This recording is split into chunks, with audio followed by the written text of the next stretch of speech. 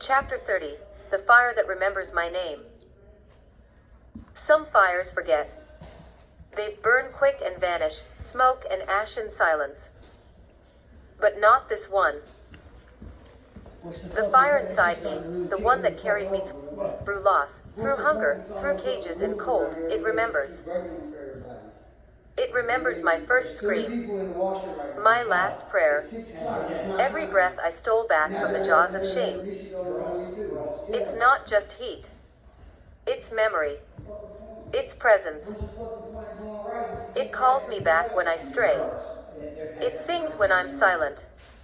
It burns without consuming.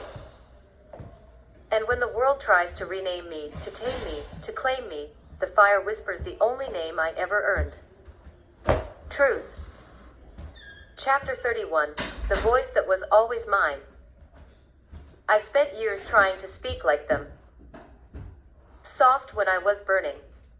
Quiet when I was thunder. Sweet when I was ash and bone. They told me what truth should sound like, polished, polite, packaged. But my voice came raw. Gravel in its throat. Smoke in its breath. A howl dressed as poetry.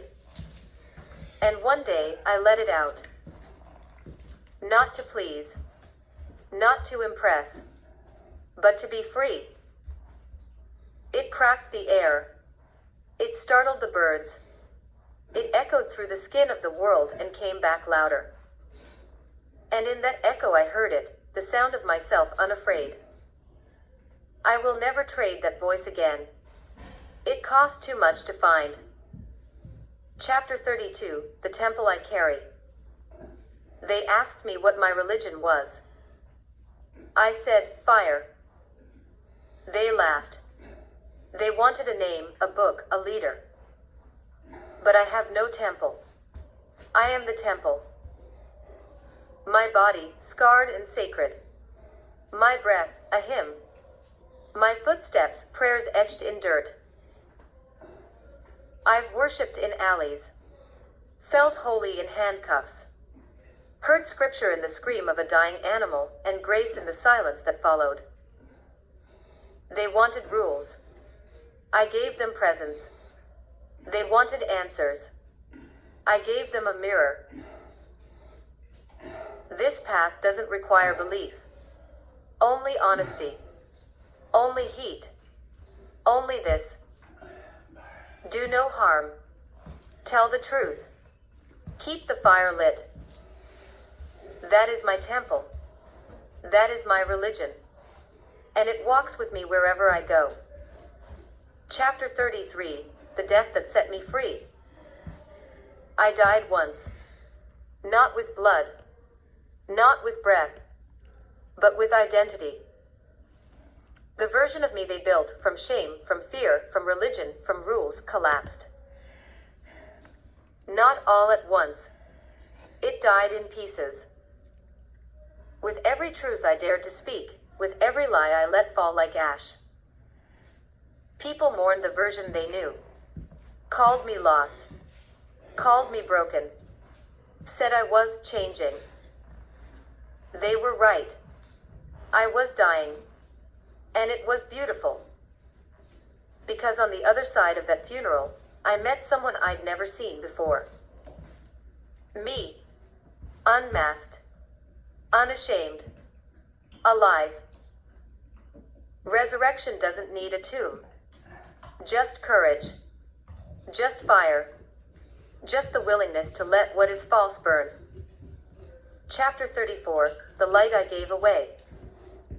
I used to think light was something to protect. Keep it hidden. Guard it. Don't let the world touch it. But then I met people who were drowning in dark.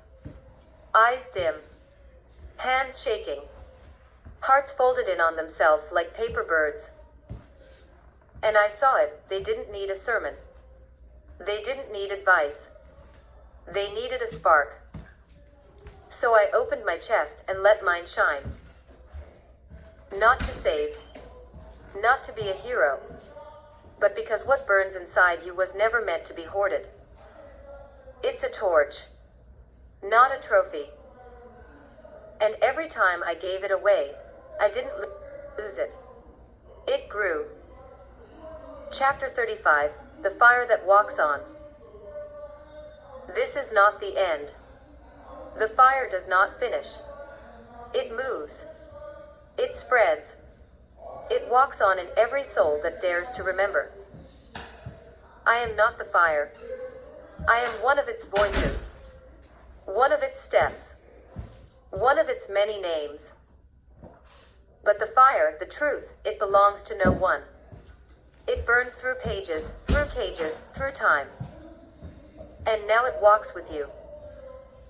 Not to lead, not to follow, but to light your own becoming.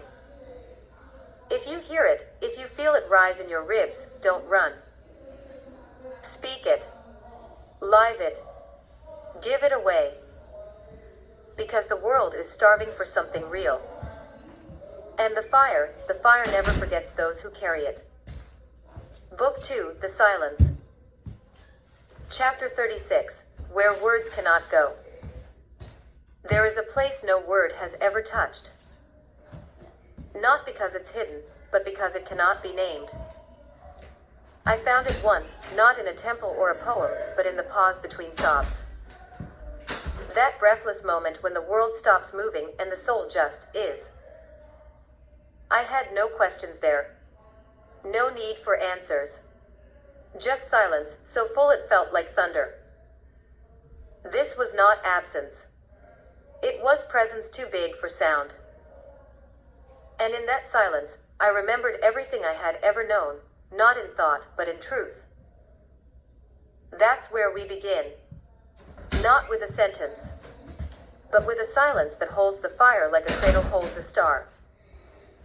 Chapter 37, The Truth Beneath Sound. Sound can lie. Even the prettiest ones. Especially those. I've heard voices sing of love with venom in their mouths. I've listened to sermons drenched in fear, spoken in tones meant to soothe. But silence cannot lie. It holds nothing it doesn't mean. It doesn't convince. It doesn't control. It just is.